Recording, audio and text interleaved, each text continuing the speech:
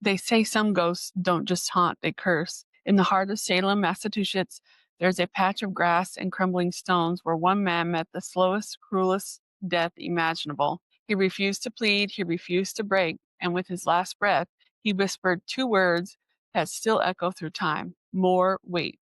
This is the story of Giles Corey, the man who defied Salem and paid for it with his life and maybe condemned the town forever. The year was 1692. The Salem witch trials had turned the town into a nightmare. Neighbors accused neighbors, friends turned on friends, and fear ruled everything. Among the accused was Giles Corey, an 80-year-old farmer known for his stubbornness. When charged with witchcraft, Corey refused to plead guilty or innocent, because if he did, the court would take his land and destroy his family's future. The silence wasn't weakness, it was defiance. And for that, they sentenced him to a punishment called pene forte e dior.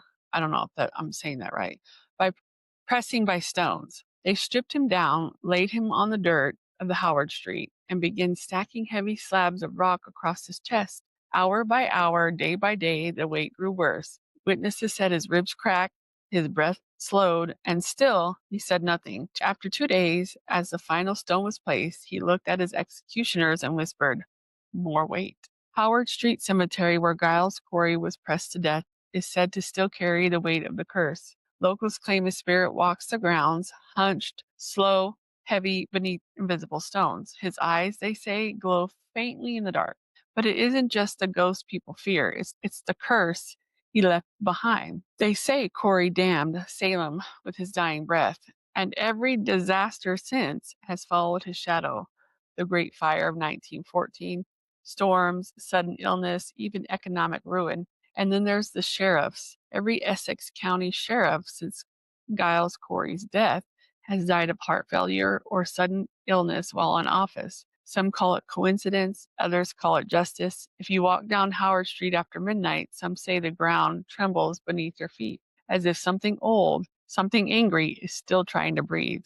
This story has always haunted me, not because of the ghosts, but because of the cruelty. Imagine being crushed alive while a town watches, your chest collapsing, your body breaking, and still refusing to surrender. Those last words, more weight, weren't just defiance. They were a message. Sometimes I think Giles Corey's ghost isn't angry at all.